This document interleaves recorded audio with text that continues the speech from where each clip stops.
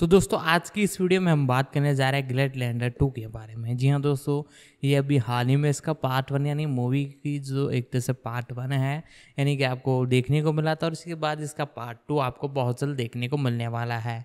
जी हाँ दोस्तों, इसकी रिलीजिंग डेट के बारे में बात की जाए तो ये 2024 के अंदर ही आपको देखने को मिलेगी। तो आज की इस वीडियो में हम इसी मूवी के बारे में बात करने जा रहे हैं। जी हाँ दोस्तों, इससे पहले इसका एक पार्ट आ चुका है और दूसरा पार्ट को हम सभी को बेसब्री से इंतजार था। तो आज की इस वीडियो में हम इसी के बारे में बात करने जा रहे हैं। इसके प्री प्रोडक्शन, रिलीजिंग, कास्टिंग यानी कि सारी कुछ डिटेल है इस एक तरह से मूवी से रिलेटेड सारी कुछ जानकारी आपको देने वाले हैं।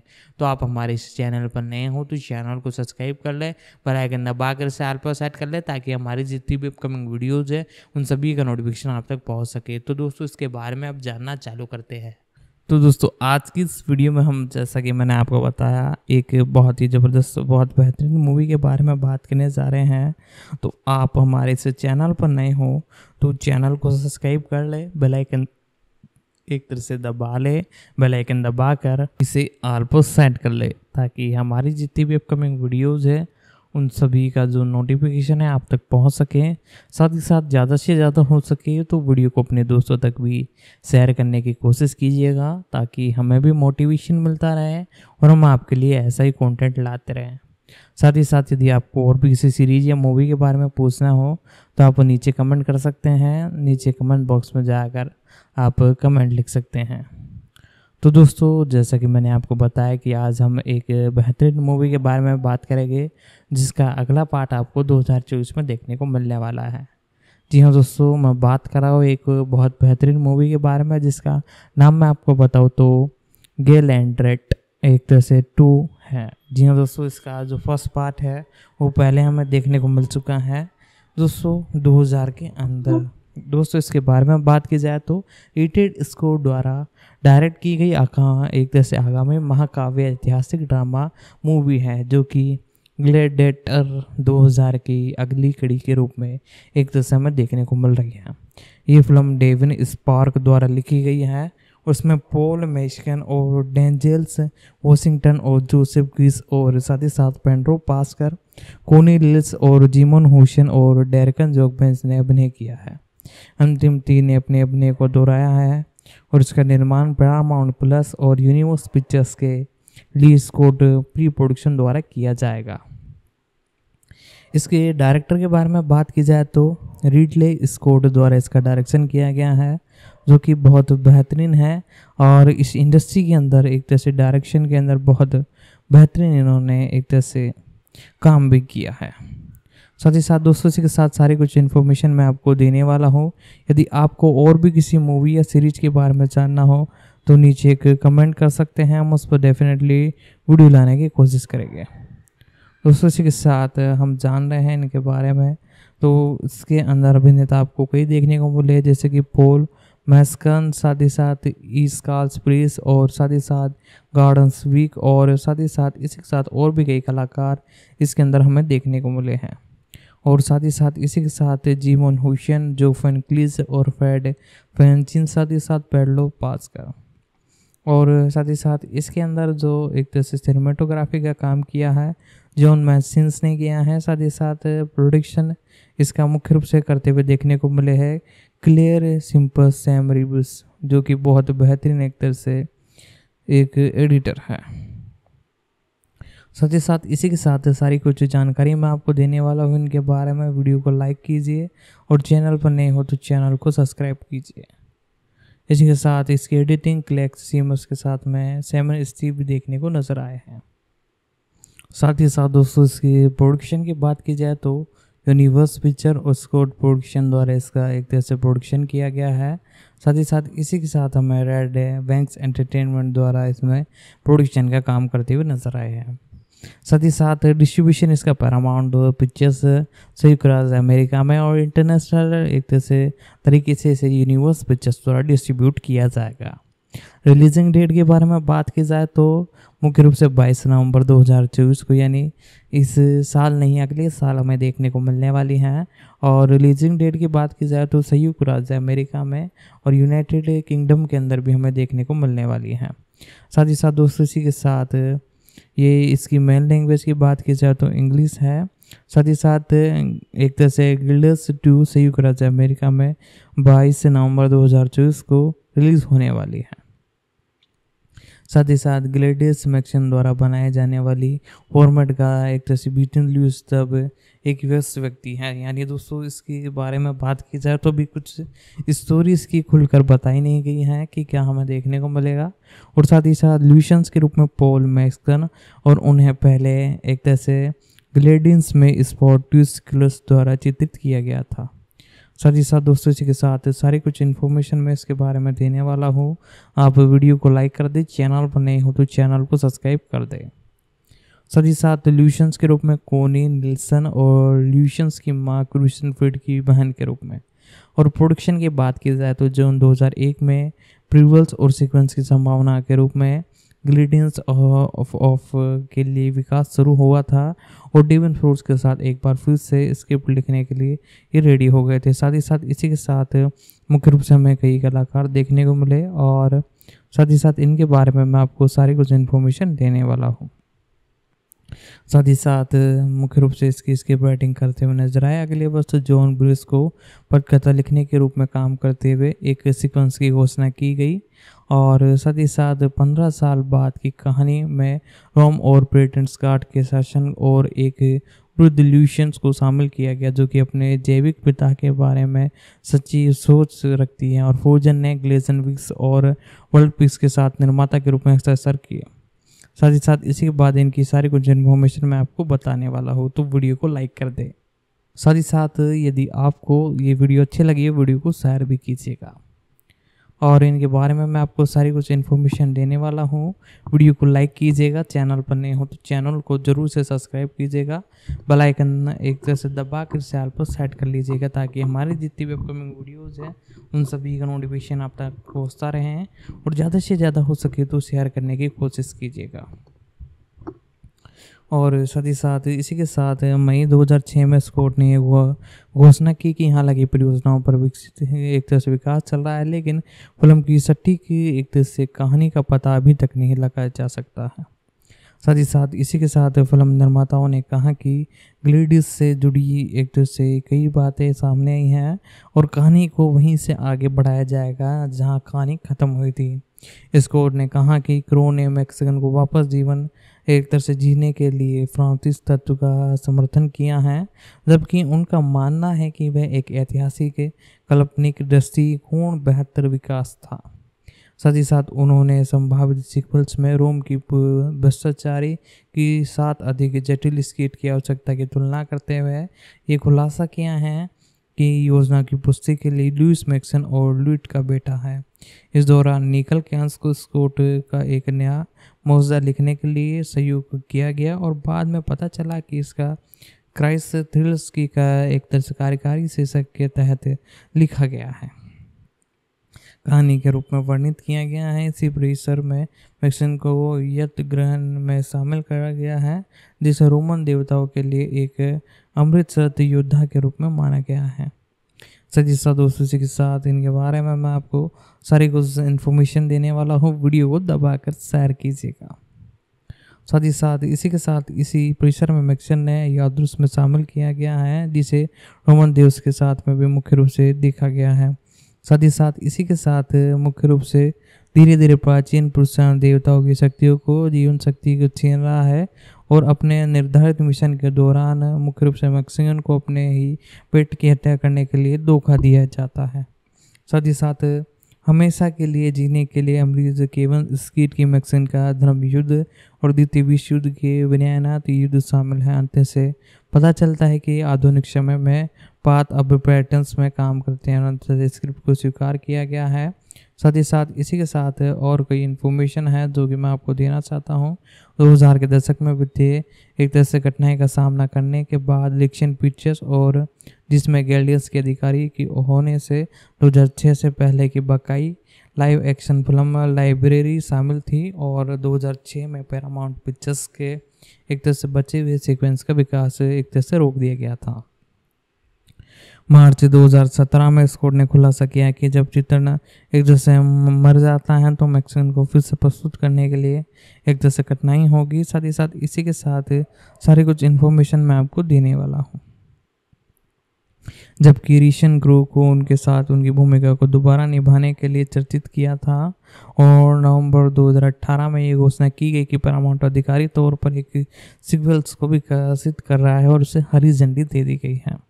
साथ ही साथ पीटर क्रेग द्वारा इसे लिखा गया, स्क्रिप्ट राइटिंग की गई है और साथ ही साथ इस परियोजना में यूनिवर्स पिक्चर साथ ही साथ स्कूट फिल्म्स भी हमें देखने को मिलने वाली हैं। साथ ही साथ सारी कुछ इन्फॉर्मेशन मैं आपको देने वाला हूँ। वीडियो को शेयर कीजिएगा और चैनल पर नए हो तो चैनल को ज़रूर से सब्सक्राइब कीजिएगा। इसी के साथ स्कॉट डेक्स बिग सॉल्यूशन फ्रीज वर्ल्ड पार्क्स और हॉरन डेक्स के निर्माता के रूप में भी काम करेंगे और ये परियोजना यूनिवर्स स्कॉट फ्री प्रोडक्शन और पार्क्स मेडलूस प्रोडक्शन के बीच एक संयुक्त कदम उत्पादन होगी। साथ ही साथ इसकी इन्फॉर्मेशन हमें देखने को मिली है और साथ ही साथ सारे कुछ इन्फॉर्मेशन मैं आपको देने वाला हूँ। वीडियो को शेयर कीजिएगा। साथ ही साथ इसी के साथ मैं आपको सारी कुछ जानकारी देता हूँ। जून 2019 तक निर्माताओं ने कहा हम अब तक एक हाथ नहीं लगाएंगे और जब हमें ऐसा नहीं लगता कि ऐसा करना ठीक होगा। साथ ही साथ इसी के साथ सारी कुछ इन्फॉर्मेशन मैं आपको देने वाला हूँ। वीडियो को शेयर कीजिएगा और चैनल पर नए हो तो चैनल को सब्सक्राइब कीजिएगा। और साथ ही साथ मुख्य रूप से अप्रैल 2021 में क्रिस हेम्सन ने फिल्म के सह निर्माण के लिए इद्रिस की परियोजनाओं में शामिल होने की प्रस्तुति की और साथ ही साथ इसी के साथ मुख्य रूप से love and Thor love and thunder 2022 का एक साथ काम शुरू हुआ। दोनों में अभिनेताओं ने फिल्म के लिए अतिरिक्त विचार साझा किए। सितंबर 2021 में स्कोस ने कहा कि स्क्रिप्ट पर एक बार फिर से काम किया जा रहा है और इनका इरादा अपने वर्तमान प्रोजेक्ट नोपोलिस का उत्पादन पूरा करने पर अगली कड़ी का निर्देशन करने का है। नवंबर में ये पता चला कि डेविन स्कॉट जिन्होंने नेपोलियस पर स्कॉट के साथ काम किया था स्क्रिप्ट को फिर से लिख रहे हैं और साथ ही साथ वो भी इसे तैयार करने के लिए तैयार है। साथ ही साथ इसी के साथ इनके बारे में मैं आपको सारे कुछ इन्फॉर्मेशन देने वाला हूँ। वीडियो को शेयर कीजिएगा और स्क्रिप्ट को फिर से लिख रहे हैं और स्कोसन को उनकी दोस्ती के कारण स्कॉट काम एक तरह से रखते हैं, लेकिन 2019 से फिल्म की कहानी के लिए एक अच्छी स्क्रिप्ट खोजने के लिए स्कोसन को संघर्ष करना पड़ा, जिसके कारण स्कॉट को 10 महीने तक इंतजार करना पड़ा, जब तक कि स्कोट को लुइशंस को नायक के रूप में इस्तेमाल करने पर विचार नहीं आया था।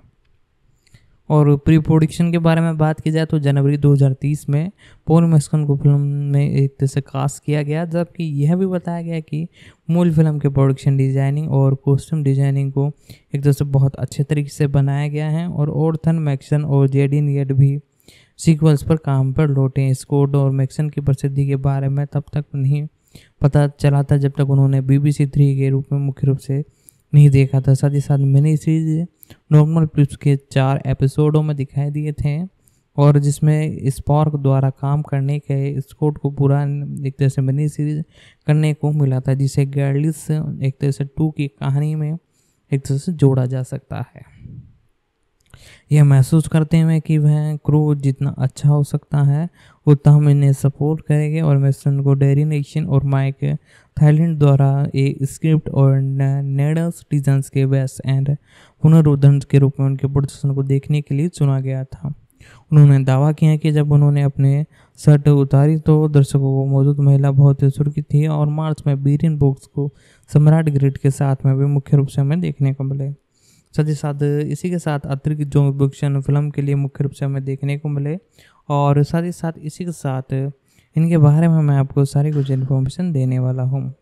अप्रैल 2030 में ये घोषणा की गई कि कॉन्स निशंस और जिम हैशन क्रम से ट्यूशंस और जोबन्स के रूप में अपनी भूमिका को दोहराएगी, जबकि जूसन क्रिस को सम्राट किशन के साथ भी मुख्य रूप से हमें देखने को मिले हैं। दोस्तों इससे पहले इसका जो फर्स्ट पार्ट आया था वो हमें 2000 के अंदर देखने को मिला था, जो कि अभी पैरामाउंट प्लस पर हमें देखने को मिल रहा है, यानी कि आप वहां पर उस OTT प्लेटफॉर्म पर जाकर इसे देख सकते हो। और बाकी बात की जाए तो इसके पार्ट 2 के बारे में तो वो आपको देखने को मिलने वाला है, जैसा कि मैंने बताया 2024 के अंदर। तो वो डेट है 11 नवंबर 2024 को इसकी रिलीजिंग डेट एक तरह से फिक्स की गई है, जी हाँ दोस्तों, जब तक आप सभी को इंतज़ार करना पड़ेगा। और डिस्ट्रीब्यूशन की बात की जाए तो इसका डिस्ट्रीब्यूशन किया जा रहा है पैरामाउंट पिक्चर्स और साथ ही साथ इसी के साथ यूनिवर्स पिक्चर्स द्वारा इसे वर्ल्ड वाइड डिस्ट्रीब्यूट किया जाएगा। और लैंग्वेज की बात की जाए तो हिंदी में अभी इसकी कंफर्मेशन निकल कर नहीं आई है। बाकी OTT पर जब भी ये आएगी तो हिंदी के अंदर इसे एक तरह से डब कर रिलीज़ किया जाएगा। बाकी आप अपनी कंट्री के हिसाब से चेकआउट कर सकते हो, मैंने डिस्क्रिप्शन में लिंक प्रोवाइड करा दिया है। और इसी के साथ दोस्तों, यदि आपको और भी किसी मूवी या सीरीज़ के बारे में जानना हो, चाहे वो हिंदी हो, इंग्लिश हो, तमिल, तेलुगु, कन्नड़, मलयालम, कोई भी लैंग्वेज की वो सीरीज़ हो या मूवी हो, आपको सिंपली नीचे कमेंट बॉक्स में एक प्यारा सा कमेंट लिख देना है, हम उस पर डेफिनेटली वीडियो लाने की कोशिश करेंगे। तो दोस्तों, अब हम इसी के साथ इस एक तरह से मूवी के बारे में और डिटेल जानते हैं, इसके प्रोडक्शन के बारे में। साथ ही साथ लियोस रेज जोफन पीटर्स हमें देखने को मिले हैं। साथ ही साथ इसी के साथ मुख्य रूप से सोडस के कारण बाहर होने के कारण फ्रिट्ज ग्रिट्स ने मुख्य रूप से मुख्य भूमिका निभाई। साथ ही साथ इसी के साथ हमें और भी कई इन्फॉर्मेशन देखने को मिली। साथ ही साथ इसी के साथ मुख्य रूप से सोडस के रूप में बाहर होने के बाद फ्रेडर विस ने गोटियंस की भूमिका निभाने के लिए बातचीत की और जोक्सन ने फिल्म की सिनेमेट्री स्क्रिप्ट अपनी भूमिका को दोहराया और फ्रेंचाइज की पुष्टि अगले महीने की गई। साथ ही साथ उत्पादन मुख्य रूप से मई 2030 के अंदर हुआ। साथ ही साथ इसी के साथ मुख्य रूप से हमें देखने को मिली और फिल्मांकन जून 2030 में शुरू हुआ। साथ ही साथ इसी के साथ 7 जून को फिल्मांकन दोबारा आगे बढ़ाने की एक दुर्घटना में चालक दल के एक जैसे 6 सदस्य घायल हो गए। साथ ही साथ 2030 में MSGFR हड़ताल के कारण जुलाई में फिल्मांकन निलंबित किया गया और प्रोडक्शन को मार्टन्स ने फिल्म प्रोत्साहन छुट्टी में लगभग 37 मिलियन प्राप्त हुए, जिसमें यूरोपियन संघ में फिल्म निर्माण के लिए किए जाने थे और बड़े पैमाने पर रिकॉर्ड किया गया। और साथ ही साथ मुख्य रूप से इसका जो सेकंड पार्ट है संयुक्त राज्य अमेरिका में मुख्य रूप से 22 नवंबर 2024 को रिलीज़ होगा। साथ ही साथ इसी के साथ हमें ये देखने को मिलने वाला है। और साथ ही साथ इनके बारे में मैंने आपको सारी कुछ इन्फॉर्मेशन बताई दी हैं। वीडियो को शेयर कीजिएगा, चैनल पर नए हो तो चैनल को सब्सक्राइब कीजिएगा, बेल आइकन दबाकर इसे ऑल पर सेट कर लीजिएगा ताकि हमारे जितनी भी अपकमिंग वीडियोज़ हैं उन सभी का नोटिफिकेशन आप तक पहुंच सकें। साथ ही साथ ज़्यादा से ज़्यादा हो सके तो वीडियो को अपने दोस्तों तक भी शेयर करने की कोशिश कीजिएगा। अब दोस्तों जानते हैं इस मूवी के अंदर जो हमारे कास्ट देखने को मिले हैं उन सभी के बारे में। सबसे पहले शुरुआत करते हैं इस मूवी के डायरेक्टर के बारे में। जी हाँ दोस्तों, इस मूवी के जो डायरेक्टर हैं हमें रिडल स्कॉट देखने को मिले हैं। तो इनके बारे में मैं आपको सारी कुछ जानकारी बताने वाला हूँ, वीडियो को शेयर कीजिएगा। एक तरह से सर रिडल स्कॉट इनका पूरा नाम है और 30 नवंबर 1987 को इनका जन्म हुआ। एक अंग्रेजी फिल्म निर्माता हैं, उन्हें विज्ञापन कथा, अपराध और साथ ही साथ ऐतिहासिक नाटक शैली और फिल्म के निर्देशन के लिए जाना जाता है। उनका नाम वायुमंडल और अत्यधिक केंद्रित दृश्य शैली के लिए जाना जाता है। साथ ही साथ इसी के साथ मुख्य रूप से स्कॉट को अपने पूरे करियर में कई पुरस्कार मिले हैं, जिनकी भी लिस्ट है पूरी की पूरी मैं आपको बताने वाला हूँ, वीडियो को शेयर कीजिएगा। साथ ही साथ इसी के साथ इनके बारे में मैं आपको सारी कुछ इन्फॉर्मेशन देने वाला हूँ, जिनमें मुख्य रूप से 2018 में ब्रिटेन मुख्य रूप से सदस्य के अंदर भी मुख्य रूप से देखने को मिले हैं। साथ ही साथ जिनमें 2018 में Britain academic film festival award शामिल है और साथ ही साथ ब्राफ फेलेशियन और 2 प्राइम टाइम एमी अवार्ड्स और एक गोल्डन ग्लोब अवार्ड शामिल है। और साथ ही साथ इसी के साथ 2003 में उन्हें महारानी एलिजाबेथ और नाइट की उपलब्धियों के लिए भी एक तरह से चुना गया। साथ ही साथ इसी के साथ मुख्य रूप से इनके बारे में सारी कुछ जो डिटेल मैं आपको बताता हूँ। 30 नवंबर 1987 को इनका जन्म हुआ और तकरीबन इनकी उम्र 85 साल है। साउथ सीडेंस इंग्लैंड के अंदर हुआ। साथ ही साथ West Hartwood College of Arts और रॉयल एक कॉलेज ऑफ आर्ट्स में हुआ और फिल्म एक डायरेक्टर हैं और निर्माता हैं। साथ ही साथ 1962 से इस इंडस्ट्री में काम कर रहे हैं और पूरी एक तरह से डिटेल में आपको सारी कुछ देने वाला हूँ, तो वीडियो को शेयर कीजिएगा। और साथ ही साथ इसी के साथ सारी कुछ इन्फॉर्मेशन मैं आपको देने वाला हूँ, वीडियो को शेयर कीजिएगा। और साथ ही साथ इसी के साथ इन्होंने अपने करियर के अंदर तकरीबन 3 शादी की हैं। पहले एक तरह से वेल्टिन हैब्रूट्स ने एक तरह से इनसे शादी की 1994 में, और 1975 में इन्होंने डिवोर्स ले लिया, और 1980 के अंदर इन्होंने फिर शादी की, और 1990 में फिर तलाक ले लिया। और इसी के बाद इन्होंने 2015 में गियानी फैशन से शादी की, और पता नहीं तलाक कब ले ली। और जेकन ल्यूस और जॉर्डन इसके एक तरह से 3 इनके बच्चे हैं। और पूरी अवार्ड्स के बारे में भी मैं आपको इनके बारे में सारी कुछ इन्फॉर्मेशन दूंगा, और साथ ही साथ मुख्य रूप से इनके बारे में अब हम सारी इन्फॉर्मेशन आपको देते हैं। लंदन में रोज कॉलेज ऑफ आर्ट्स के पूर्व छात्र स्कॉट ने विज्ञापनों के निर्देशक के रूप में विज्ञापन में जाने से अपनी डिजाइनिंग और निर्देशक के रूप में टेलीविज़न पर अपनी स्टार्टिंग की, और साथ ही साथ टेलीविज़न में अपनी करियर की शुरुआत की। उन्होंने द लुडेन्स 1987 के साथ फिल्म निर्देशक के रूप में अपनी शुरुआत की, और अपनी आगामी फिल्म एलियंस 1980 में व्यापक पहचान हासिल की, और 1982 में उन्होंने ब्लड एंड स्ट्रेंथ का निर्देशन किया, जिसे स्कॉट अपनी सबसे महत्वपूर्ण और प्रतिष्ठित फिल्म कहते हैं। हालांकि उन्होंने फिल्मी सेटिंग और अवधि में व्यापक रूप से फैली हुई है, और साथ ही साथ वह शहरी परिवेश के एक तरह से काल्पनिक रूप से मुख्य रूप से देखने को मिले हैं।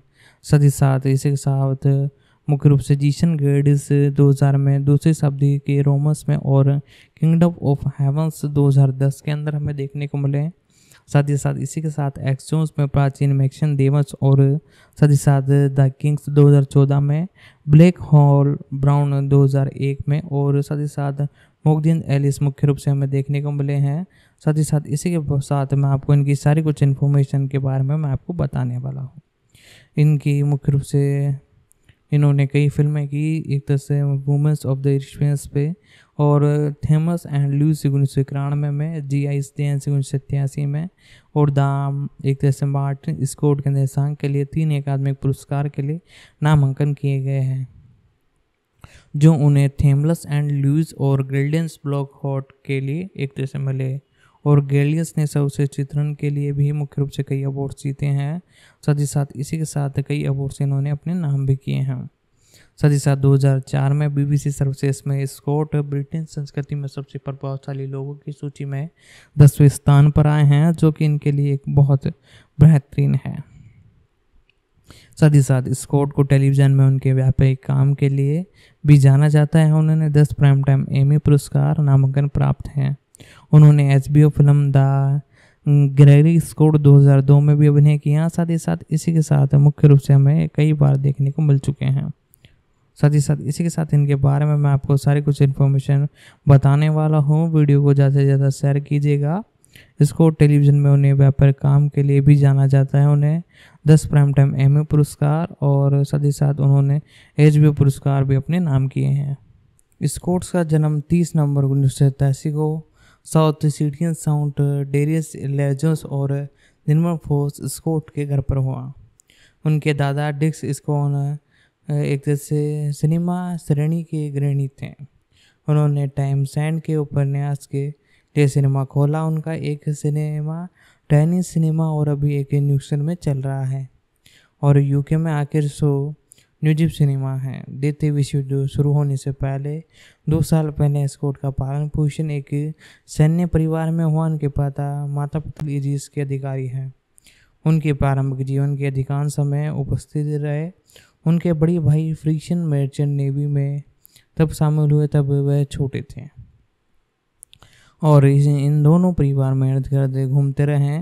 साथ ही साथ विज्ञापन कथा में उनके रुचि बचपन में एल्चिन विल्स के उपन्यास पढ़ने के लिए शुरू हुए, और वे 18 जैसी साइंस फिक्चर फिल्मों में भी प्रभावित थे। और अंतरिक्ष से पेरियन में अंतरिक्ष और जिस दिन पृथ्वी पर स्थित रहे तो वह उन्होंने कहानी और उनमें अद्भुत हद को आगे बढ़ाया। साथ ही साथ इसी के साथ हमें और भी कई कलाकार इसमें देखने को मिले, और मुख्य रूप से कई रूढ़िवादी परिवार थे। और अंतरिक्ष के परे अंतरिक्ष जीवन में पृथ्वी पर कुछ और एक तरह से एलियन देखने को मिले। ऐसी स्टोरी इन्होंने 2001 में एन स्टेडिज के साथ में देखने को मिली। स्कॉट ने लंदन में रॉयल कॉलेज ऑफ आर्ट्स में अध्ययन किया, कॉलेज पत्रकार एराइस में योगदान दिया, और कॉलेज फिल्म विभाग की स्थापना में मदद की। अपने अंतिम शो के लिए उन्होंने मुख्य रूप से एक ब्लॉक एंड फ्लाइट लघु फिल्म और बर्न एंड द साइकिल्स बनाई, जिसमें उन्होंने छोटी भाई और उनके पिता दोनों ने अभिनय किया। फिल्म को बाद में ड्यूलिट्स डिविंस और स्कॉट खड पर रिलीज किया गया। फरवरी 1963 को स्कॉट को बीबीसी टेलीविजन कार्यक्रम टू नाइट शीर्षक जीडियंस के रूप में नामांकन किया गया। 1986 में स्नातक स्तर की पढ़ाई के बाद उन्होंने बीबीसी के एक साथ प्रिसीजन सेट डिजाइन के रूप में नौकरी हासिल की। इसके बाद उन्होंने लोकप्रिय टेलीविजन पुलिस श्रृंखला जीडन क्रूस और विज्ञापन कथा श्रृंखला आउट ऑफ द एन्यूस में काम करना पड़ा। उन्होंने मूल रूप से अपने दूसरे डॉक्टर और धारावाहिक द डिविंस को डिजाइन करने पर काम सौंपा गया, जिसमें धारावाहिक के नामक एक विदेशी प्रणाली को साकार करना शामिल था। हालांकि काम पूरी रूप से समय पर पहले शेड्यूल से गड़बड़ी के कारण उनकी जगह में हेमलेट क्रूज से ली गई और 1965 में उन्होंने बीबीसी के टेलीविजन श्रृंखला के एपिसोड का निर्देशन शुरू किया, जिसमें वह केवल एक एपिसोड एडम एडमेट और लाइसेंस का एक एपिसोड था। व्यापारिक रूप से उपलब्धि हैं और 1958 में रेडियंस और उनके छोटी भाई टोनी स्कॉट, जो कि आगे चलकर फिल्म निर्देशक बने थे, ने रिटेन स्कॉट एस्टिन आर की स्थापना की, जो इस फिल्म की वाणिज्य उत्पादन कंपनी थी और एलन पार्क हुक्स और हाइडेंस से सिनेमेटोग्राफर जोन्स के साथ काम करते हैं। रीडेंस स्कॉट ने 1970 के दशक के दौरान आरएसएस में कई विज्ञापन किए, जिनमें 1963 के ओपन ब्रेड विज्ञापन ब्राउन्स रेजन्स धीमे गति के रेख में शामिल थे और रोडियंस में फिल्माया गया पुरानी यादों पर आधारित एक टेलीविजन विज्ञापन जिसमें उन्होंने ध्यान खींचा। इसे 2006 के सर्वश्रेष्ठ में यूके संपादित विज्ञापन चुना गया। 1970 के दशक में चैनल नंबर 5 बोर्ड्स को पुनरुद्धार की आवश्यकता थी, क्योंकि बड़े पैमाने पर बाजार हो और पुराने बोर्ड्स के रूप में लेबल किए जाने के जोखिम था। 1970 से 1980 के दशक में स्कॉट द्वारा निर्देशित चैनल टेलीविजन विज्ञापन और अर्थवादी कल्पना और प्रलोभन उत्पादन मूल्यों के साथ 20 वार्षिक मिनी फिल्म थी और साथ ही साथ दृश्य कल्पना पर बढ़ती रही। स्कॉट परिवार के 5 सदस्य निर्देशक हैं और सभी ने आरएफ के लिए काम किया है। उनके भाई टोनी एक सफल फिल्म निर्देशक थे, जिसका करियर 2 दशकों से अधिक समय तक फैला गया। उनके बेटे जैक्सन ल्यूशियन दोनों विज्ञापनों के प्रसिद्ध निर्देशक हैं। साथ ही साथ उनकी एक बेटी मुख्य रूप से लंदन में स्थित है। 1995 में स्पॉट स्टूडियोज के रिटेल और टोनी स्कॉट के अध्यक्ष वाले एक स्कॉट द्वारा खरीदे गए, जिसे बड़े पैमाने पर स्टूडियोज को नामांकित किया गया था। साथ ही इसके आधार पर विस्तार और सुधार किया गया और द ड्यूली स्टूडियो 1987 के निर्देशक के रूप में मुख्य रूप से रिडल स्कॉट की पहली फीचर फिल्म थी और महाद्वीप यूरोप में फिल्माई गई थी। इसमें कोनस फिल्म फेस्टिवल के मुख्य एक जैसे पुस्तक के लिए नामांकन किया गया और सर्वश्रेष्ठ डेब्यू फिल्म पुरस्कार जीता और 2 अंतर्राष्ट्रीय स्तर पर भी व्यावसायिक के प्रभावी सीमित था। और साथ ही साथ जोसन कॉर्डन्स की लघु फिल्म द ड्यूलिस पर आधारित नॉफ्टन युद्ध के दौरान सेट ये 2 फ्रांसीसी हुसैन अधिकारी और फोर्डन क्रीड रैबिट्स और हैबरन क्रिस का वर्णन करती है, जिसका निर्देशन मालमूली एक तरह से स्पोर्ट ने किया था और झगड़े पर कड़ी हुई लड़ाई के बाद किया जाता है। 15 साल से चले जा रहे झगड़े बड़े संघर्ष में जुटे हुए हैं और इसकी पृष्ठभूमि प्रदान करते हैं। फिल्म को नोपिलिस की विधि और शहरी आचरण के ऐतिहासिक रूप से प्रणालित चित्रण प्रदान करने के लिए सराहा गया और 2013 में ब्लू रे पर फिल्म की रिलीजिंग स्कॉट को विद्रोह के लिए निम्बस पर संग्रह में फिल्म पर निरंब पर प्रकाशित हुआ। स्कॉट ने मूल रूप से ट्यूशन और स्केट के एक संस्करण को अनुकूलित करने की योजना बनाई, लेकिन स्कॉट वर्ष देखने के बाद वे बड़े पैमाने पर एक तरह से प्रभाव संचालित फिल्म की क्षमता के प्रति आश्रित थे। 1980 की horror science fiction film Aliens के निर्देशक पर काम स्वीकार नहीं किया, जिसमें उन्हें अंतर्राष्ट्रीय सफलताएं मिली और स्कॉट ने एलियन रिस के मनुष्य पुरुष एक्शन हीरो नायक में भी मुख्य रूप से बदलाव निर्माण किए और जोर हॉर्टन्स के चित्रण के लिए यादगार से एक रूप में नियमित किया और इंग्लैंड में स्पोर्ट स्टूडियोज में फिल्माई गई एलियन 1980 की 6ठी सबसे ज़्यादा अधिक कमाई करने वाली फिल्म थी, जिसने दुनिया भर में लगभग $104 मिलियन की मुख्य रूप से कमाई की रिलीजिंग में और उस समय में इसने ज़बरदस्त एक तरह से काम किया। उनका मानना था कि वह बहुत दूषित थे और मुख्य रूप से स्कॉट बाद में एलियन संभावित परियोजनाओं में लौट आए जब उन्होंने मूल फिल्म की रिलीजिंग के लिए दशक पर प्रूफिंस एलियंस और गॉर्बेट का निर्देशन किया। 1 साल तक ड्यूशन के फिल्म रूपांतरण पर काम करने के लिए बाद उन्होंने फ्री की अचानक मृत्यु के बाद स्कॉट ने फ्रीशन डेस के उपन्यास डू एड्रो डिस ऑफ इलेक्ट्रिक शिप के लिए फिल्म संस्करण का निर्देशन करने के लिए हस्ताक्षर किए और ब्लेड रन का पुनः शीर्षक और हिशियंस बोर्ड अभिनय ये 1982 में सिनेमाघरों में व्यावसायिक रूप से निर्धारित रही है, लेकिन अब इसे व्यापारिक मान्यता है। 1991 में स्कॉट ने नोटिस का उपयोग वन्नस ब्रदर्स द्वारा आंतरिक निर्देशांक कट बनाने के लिए किया, जिसमें मुख्य चित्रण के लिए वॉर ऑर्स को हटा दिया गया और अंततः सही कई अन्य छोटे बदलाव किए गए। बाद में स्कॉट ने व्यक्तिगत रूप से ब्लेड रन से डिज्नी विलियम्स की निगरानी की, जिससे कि फाइन कट किया गया उसे मंजूर किया गया और ये संस्करण 5 अक्टूबर 2007 को लॉस एंजलिस से न्यूयॉर्क शहर और 2 सिनेमाघरों और दिसंबर 2007 में विस्तृत डीवीडी से रिलीज के रूप में निर्धारित किया गया। और आज ब्लेड रन्स को कई आलोचनाओं द्वारा अब तक की सबसे महत्वपूर्ण प्रभावशाली विज्ञापन के साथ फिल्म में भी एक के रूप में स्थान दिया गया। आंशिक रूप से भविष्य की सारी प्रदर्शन की बहुत अधिक नकल की गई चित्रणों को ध्यान किया गया। इसकी चर्चा अक्सर विल्सन ग्रिड्स के उपन्यास न्यूमरस के साथ साइबर शैली की शुरुआत की जा रही है और किंग्सन कॉलेज लंदन में स्टेन सेल और जीव विज्ञानी स्टीफन मिक्स कहते हैं यह अपने समय में बहुत आगे था और कहानी को पूरा आधार माना हुआ था। और साथ ही साथ 1985 में स्कॉट ने नोलन स्मिथ द्वारा निर्देशित एक फ्रांसीसी फिल्म लीजेंड का निर्देशन किया।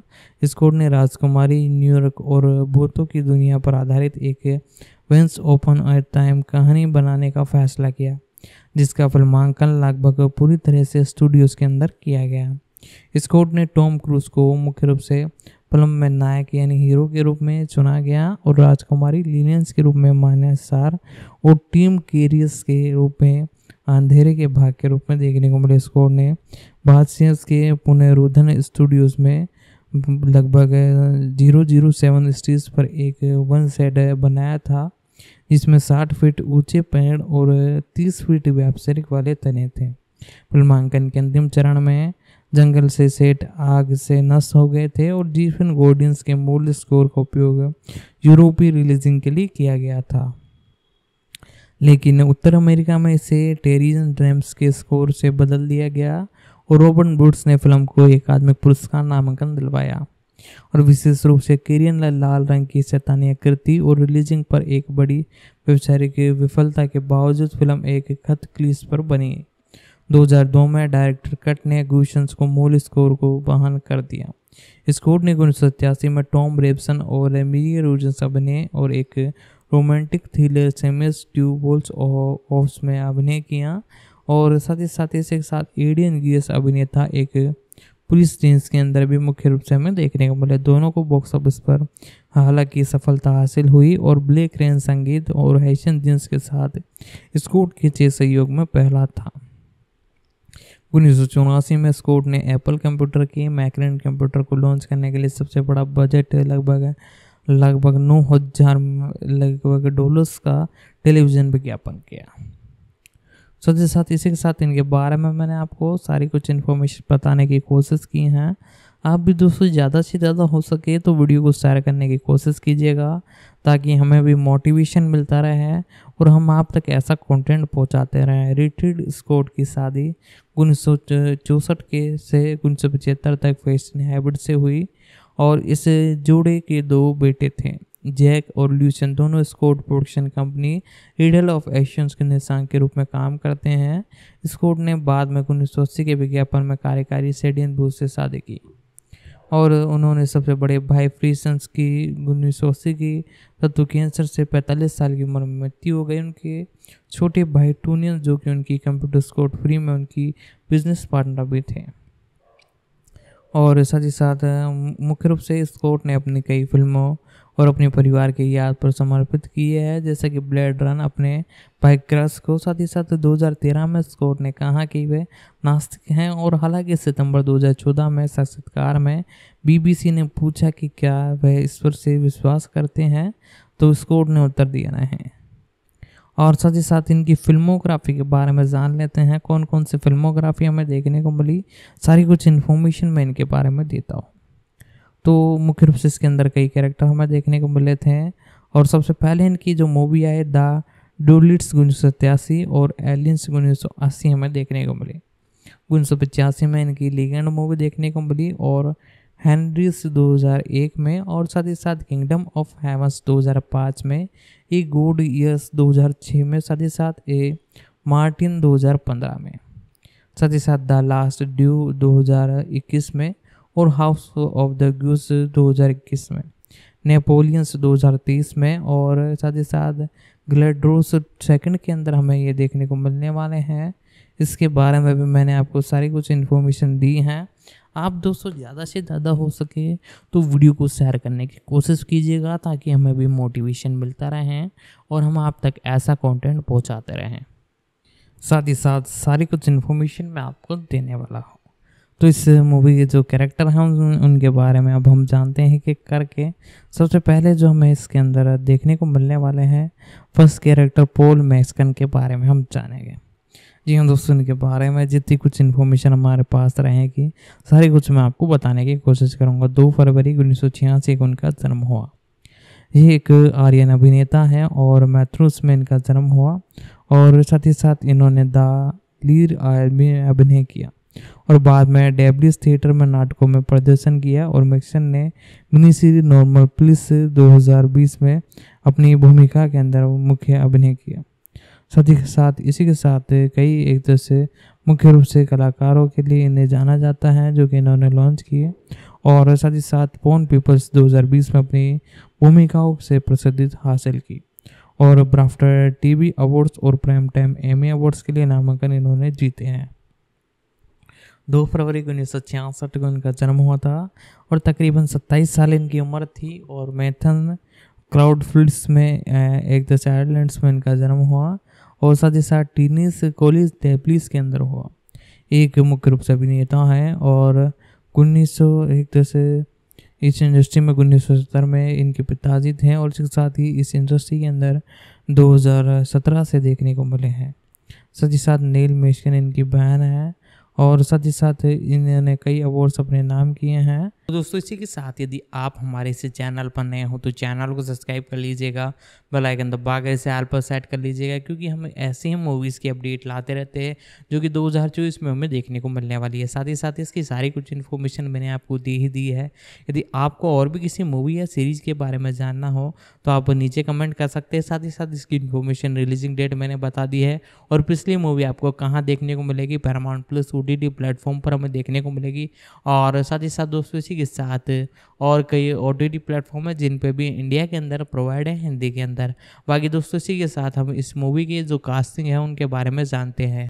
और मैक्सन ने अपने एक तरह से फिल्मी करियर की शुरुआत मनोवैज्ञानिक नाटक लॉस डिविजन 2021 में सहायक भूमिका से की। उन्होंने 2021 की कई ड्रामा फिल्म जैसा कि कोडियन क्रिस के अंदर भी मुख्य रूप से अभिनय किया है। साथ ही साथ इसी के साथ कई जगह ये हमें देखने को मिल चुके हैं। बाद में वे एक फिशन पिता के रूप में अपने प्रदर्शन से अकादमिक पुरस्कार और बाफ्टा पुरस्कार के लिए नामांकन दिलवाया है। मेशन ने 2022 में नाटक द स्टूडेंट्स में डिजाइन पुनर्द्वारण में स्टीफन कोजेंस के किरदार के लिए लूशन ब्रिज पुरस्कार जीता। और इनके बारे में मैं आपको सारी कुछ इन्फॉर्मेशन बताता हूँ। मैस्कन का जन्म 2 फरवरी 1966 को मैथोन्स कार्टियंस बिल्डर्स में गार्डियंस अधिकारी डीन्स और एक स्कूल शिक्षक पोल्स के घर पे हुआ, जो कि अर्ध पेशावर रूप से मुख्य रूप से इस इंडस्ट्री में देखने को मिले हैं। 3 बच्चों में से सबसे बड़े उनके एक तरह से भाई हैं, और साथ ही साथ इसी के साथ गोल्टन फुटबॉल खिलाड़ी और मैथन जीएंस क्लब्स के सदस्य हैं। गोलिस फुटबॉल एसोसिएशन में एक डिफेंडर और एक मैक्सन कौशल के प्रशंसक हैं। साथ ही साथ मुख्य रूप से मैक्सन ने 16 साल की उम्र में पहली बार मंच में प्रदर्शन किया। संगीत में द कैप्टन ऑफ द ओपरिस में फेटेंस नाम का किरदार भी निभाया, जिसके बाद उन्होंने ऑडिशन दिया और टीनियस कॉलेज डेब्यूस में द लियर अकादमिक एक तरह से प्रवेश किया। और मिक्सन ने 2017 में अभिनय में कला स्नातक के साथ स्नातक की उपलब्धि प्राप्त की, यानी कि एक तरह से ग्रेजुएट होने से पहले उन्होंने अपने अभिनय करियर में एजेंट में सुरक्षित किया। साथ ही साथ इसी के साथ ग्रेजुएशन की डिग्री प्राप्त करने के बाद मिक्सन को 2 थिएटर प्रस्तुति एल्जस एजेंट्स और द ग्रीटन बेसों में भूमिका पेश की गई। उसके बाद भूमिका निभाने के लिए डेविड गेट थिएटर में डी ग्रूस नाम से अभिनय किया। साथ ही साथ इस इंडस्ट्री में हमें ये देखने को मिले हैं। साथ ही साथ इसी के साथ इनके बारे में मैं आपको सारी कुछ इन्फॉर्मेशन देने वाला हूँ। जे ग्रूडन्स नाम से अभिनय करते हैं और एंटेम्स पीटर होल्स ने उनके काम को नियंत्रित करती और एक तरह से फड़फड़ाते चमकाउंस व्यवसाय में मुख्य समूह के बीच आत्मनिर्माण के दिलचस्प के रूप में उजागर किया है।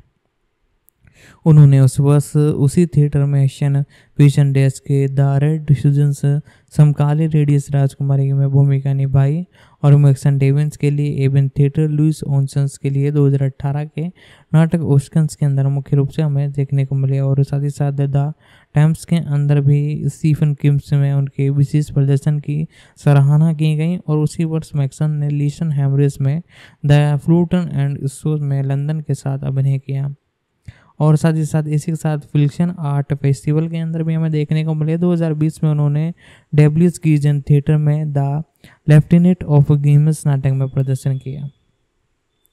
और मैक्सन ने ड्रामा मिनी सीरीज थॉम्स पीपल्स में अपनी टेलीविजन भूमिका निभाई, जो कि सेलिन रूस की इसी नाम के 2018 के उपन्यास का रूपांतर थी, जिसका प्रीमियम यूके में बीबीसी थिएटर पर यूएस में हुसन पर 2020 में हुआ। उन्होंने छात्र कॉर्नेस बॉडियंस की भूमिका निभाई, जिस तरह बॉडियंस के गुणों की छिलक और भावनात्मक अनुभव शामिल है। उन्होंने भूमिका को खुद से अलग किया और साथ ही साथ इसी के साथ मुख्य रूप से ये किरदार गोल्डन फुटबॉल खेलते हैं और साथ ही साथ ट्रिनिटी कॉलेज में जाते हैं और इस भूमिका में मैसन को प्रसिद्धि दिलवाई। अपने अभिनय के लिए उन्होंने फ्रांस के एक फ्रांसीसी सर्वश्रेष्ठ अभिनेता का बाफ्टा टीवी पुरस्कार भी जीता। और वेराइड और स्टीफन के अपने समीक्षाओं और केन क्रिस ने जीतन की भावनात्मक पतन के माध्यम से मैक्सन गेवेंस को भावनात्मक रूप से एक तरह से उभारा। और साथ ही साथ इसी के साथ मैक्सन ने एक लघु फिल्म डिस्टेंस के अंदर भी अपना एक तरह से भूमिका निभाई। साथ ही साथ और भी कई भूमिकाओं में हमें ये देखने को मिले हैं और जिसे 2020 में क्लूजन फिल्म फ्रीट्स में प्रदर्शन किया था। और उन्होंने 5 मिनी सीरीज डिवेंस एक फायर नाइट्स की भूमिका निभाई और अगस्त में द रोलिंग स्टोन्स के गीत स्कॉट में संगीत वीडियो में दिखाई दिए। और द डिशन समीक्षा करते हुए एक तरह से सर्वश्रेष्ठ आलोचना ए फ्रूट के अंदर भी हमें देखने को मिले और इनकी उपलब्धियाँ भी बहुत बेहतरीन है। साथ ही साथ इसी के साथ इनके बारे में मैं आपको सारी कुछ डिटेल और बताने वाला हूँ। द पावर ऑफ मैक्सन के अंदर मुख्य रूप से निर्देशक अर्चन प्रकाश के अंदर मुख्य रूप से हमें देखने को मिले। साथ ही साथ इसी के साथ 2011 के इंडस्ट्री के अंदर जो बदलाव इन्होंने किए उनके बारे में बात करते हैं। मैक्सन ने अपने एक तरह से फिल्मी की शुरुआत मेगन गिल्सन हास द्वारा निर्देशित द लॉस्ट हाउस में सहायक भूमिकाओं के साथ की। 2021 में उन्होंने मनोवैज्ञानिक नाटक और अनुकृत समीक्षाएं मिली और अगले वर्ष मैक्सन ने मनोवैज्ञानिक नाटक ग्राउंड्स ग्रीस में यौन उत्पीड़न के आरोपी व्यक्तियों के रूप में नाटक आफ्टर में एक परेशान युवा पिता के रूप में अभिनय किया। दोनों का प्रीमियम 2022 में कॉन्स फेस्टिवल में हुआ और दोनों का एक तरह से जो रिव्यू आया बहुत ही बेहतरीन हमें देखने को मिला और आफ्टर की एक तरह से समीक्षा करते हुए देखने को मिले। और ABC यूज और पीटन टीस ने एक जटिल भूमिका चित्रण में उनके नितिन आकर्षण और मौखिक शक्ति पर प्रकाश डाला। बाद में उन्होंने सर्वश्रेष्ठ अभिनेताओं के लिए अकादमिक पुरस्कार और अग्रणी भूमिकाओं में सर्वश्रेष्ठ अभिनेताओं के लिए बाफ्टा पुरस्कार के लिए नामांकन प्राप्त किया। मैक्सन ने कार्मेस में अभिनय किया, जो कि इसी नाम के ओपरस का एक समकालीन फिल्म रूपांतरण था। इसका प्रीमियम 2022 में टोरंटो इंटरनेशनल फिल्म फेस्टिवल में हुआ और 2030 के नाटकीय रूप से रिलीज़ किया गया। और इंटरवाइस के डेविल एजिस ने कहा कि वे एक अनुभव के रूप में मैक्सन की भूमिका निभाएंगे और इसमें देखने को मिलेगा। साथ ही साथ मैक्सन ने दिसंबर 2022 में एल्डन थिएटर टेनिल विस नाटकीय स्ट्रीट नेट्स के अंदर मुख्य रूप से हमें देखने को मिले। साथ ही साथ इसी के साथ मुख्य रूप से कई उपलब्धियाँ इनकी हैं और वेस्टर्न एंड रूपांतरण में देखने को मिले और टाइम्स के डीमन मिशन में ज़बरदस्त रूप से देखने को मिले। साथ ही साथ इसी के साथ सारे कुछ इन्फॉर्मेशन मैं इसके बारे में देना चाहता हूँ। मैक्सन ने इसी किरदार के लिए सबसे बड़े अभिनेताओं के लिए लोस ओल्विन पुरस्कार जीता। 2030 में मैक्सन ने ऑफ फ्लूस एशियन ट्रेस और एंड्रूस कोस्ट के रूप में अभिनय किया, जो कि इतालवी यमात के फ्रांसीसी रोमांस उपन्यास तीशन का रूपांतरण है। और साथ ही साथ इनके बारे में मैं आपको सारी कुछ इन्फॉर्मेशन देता हूँ, वीडियो को शेयर कीजिएगा। स्कॉट के लिए मुख्य रूप से ग्रीस फैक्स के इन्हें जाना जाता है और मैक्सन ने रीचन क्लिट्स और मोरियंस वी रोल्स ओड में संगीत फ्रेडलिन सोस की भूमिका और ब्लैक रीजन्स की जगह ली, जो कि 1981 के इसी नाम के संगीत वीडियो में हमें देखने को मिली। साथ ही साथ इसी के साथ आगामी कड़ी गेरलिस 2 में भी अभिनय के लिए ये तैयार हैं, ये भी हमें देखने को मिलने वाले हैं। साथ ही साथ मैक्सन अंग्रेजी और आयरियन भाषा बोलते हैं। वह 2022 में अपने आयरलैंड्स में लंदन में चले गए। मैक्सन ने 2022 में इसी कहानी को आयरलैंड के एक समर्पित के अंदर मुख्य रूप से हमें देखने को मिले और साथ ही साथ इसी के साथ कई बार इन्होंने इस उपलब्धियों के लिए कई रिकॉर्ड अपने नाम किए हैं। साथ ही साथ सारी कुछ इन्फॉर्मेशन मैं इनके बारे में देने वाला हूँ। आप वीडियो को ज़्यादा से ज़्यादा हो सके तो शेयर करने की कोशिश कीजिएगा, ताकि हमें भी मोटिवेशन मिलता रहे और हम आपके लिए ऐसा कंटेंट लाते रहें। साथ ही साथ इसी के साथ इनके सारी कुछ इन्फॉर्मेशन इनके बारे में देने वाला हूँ। आप भी दोस्तों जैसा भी हो सके, आपको वीडियो अच्छी लगे ना लगे, आप नीचे कमेंट में हमें बताइए, ताकि हम और भी हमारे अपकमिंग वीडियो में इम्प्रूवमेंट कर सकें। साथ ही साथ आपको और भी किसी मूवी या सीरीज़ के बारे में जानना हो, चाहे वो हिंदी हो, चाहे वो इंग्लिश हो, तमिल, तेलुगु, कन्नड़, मलयालम, कोई भी लैंग्वेज की वो सीरीज़ हो, आपको सिंपली हमारे नीचे कमेंट बॉक्स में आकर एक प्यारा सा कमेंट कर देना है। हम उस पर डेफिनेटली वीडियो लाने की कोशिश करेंगे और साथ ही साथ ज़्यादा से ज़्यादा हो सके तो वीडियो को शेयर करने की कोशिश करनी है, ताकि हमें भी मोटिवेशन मिलता रहे और हम भी ऐसा कंटेंट आपके लिए लाते रहें। साथ ही साथ आपको यदि और भी किसी या अपकमिंग मूवी के बारे में जानना हो तो आप नीचे कमेंट बॉक्स में लिख सकते हैं। तो दोस्तों इसी के साथ कंटिन्यू हम जानना चालू करते हैं इनकी इस मूवी के बाद अगली जो मूवी है जिसके अंदर ये देखने को मिलने वाला है, उसके बारे में भी मैं आपको सारी कुछ इन्फॉर्मेशन दूंगा। आप दोस्तों दबाकर वीडियो को शेयर कीजिएगा। तो दोस्तों इसके साथ हमारे कैरेक्टरों के बारे में तो एक तरह से जान ही चुके हैं। इस मूवी के जो फर्स्ट कैरेक्टर हैं उनके बारे में, उनकी फिल्मोग्राफी भी मैं आपको बता दूंगा, लेकिन पहले हम हमारे अगले जो कई कैरेक्टर एक तरह से रह चुके हैं उनके भी हम कवर करते हैं, उनके बारे में भी थोड़ी डिटेल बताते हैं। सर डैक जॉन जैकबॉब्स इनका नाम है। ये एक तरह से ज़बरदस्त एक्टर्स है।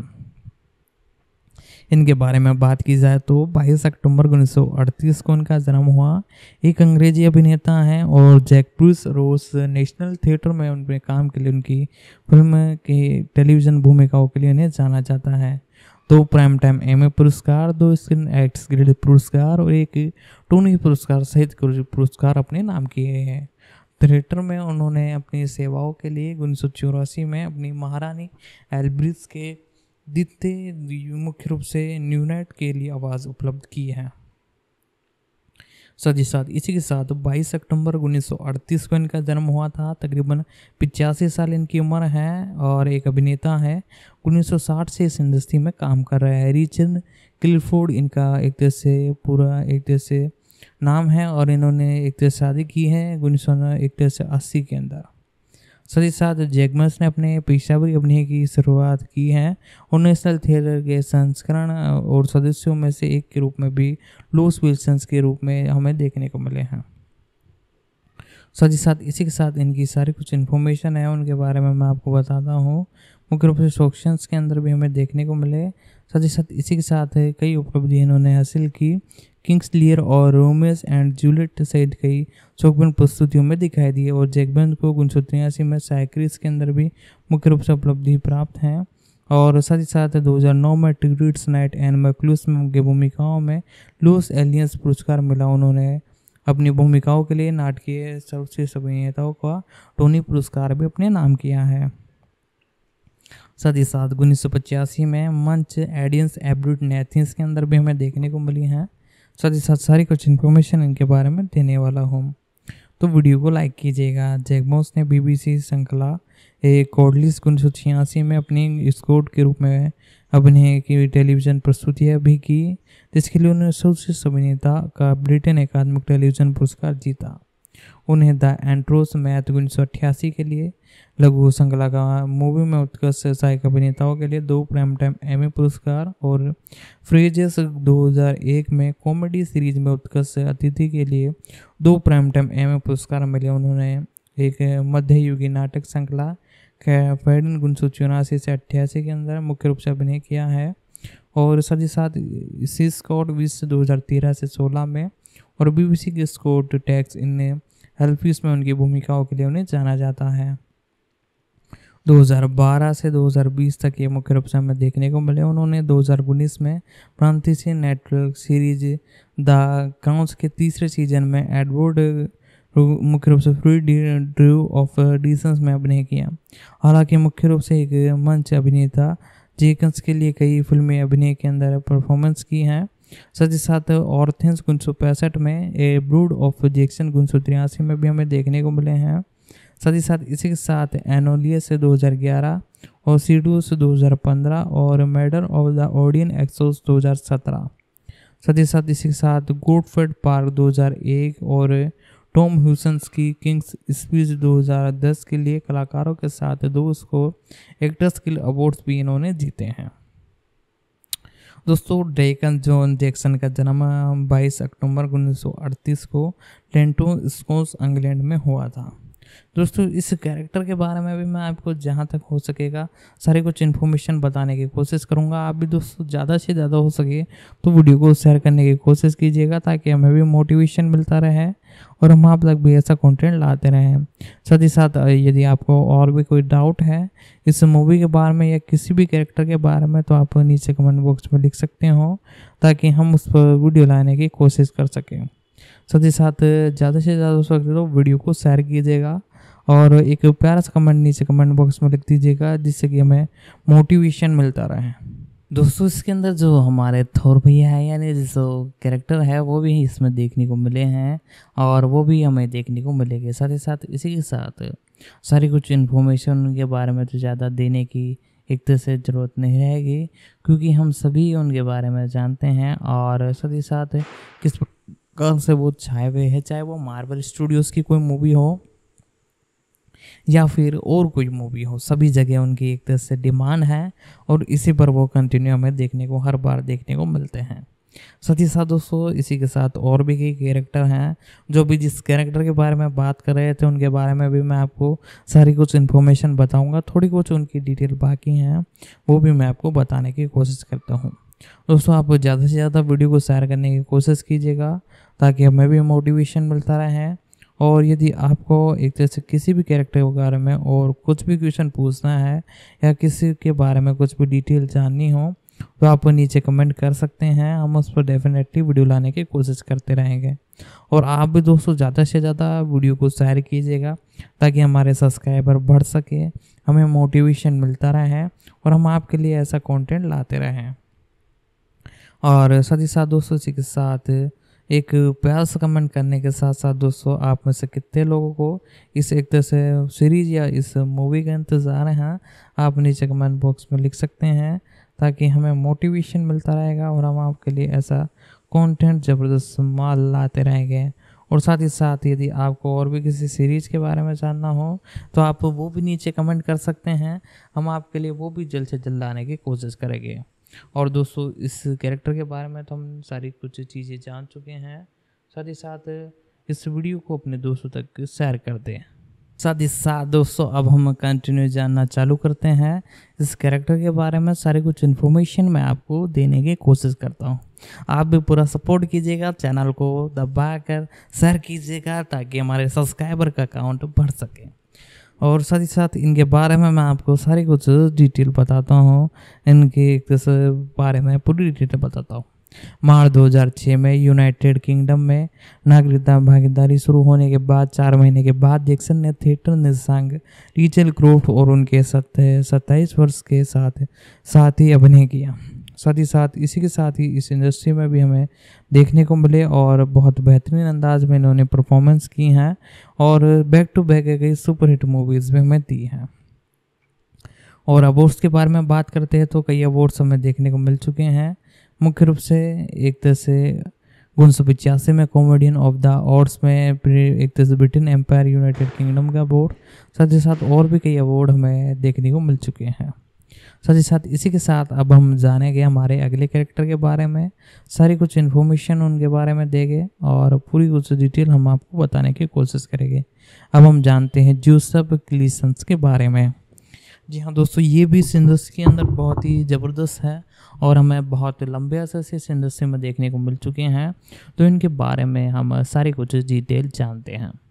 दोस्तों, इन्हें जोसेफ क्वींस के नाम से जाना जाता है।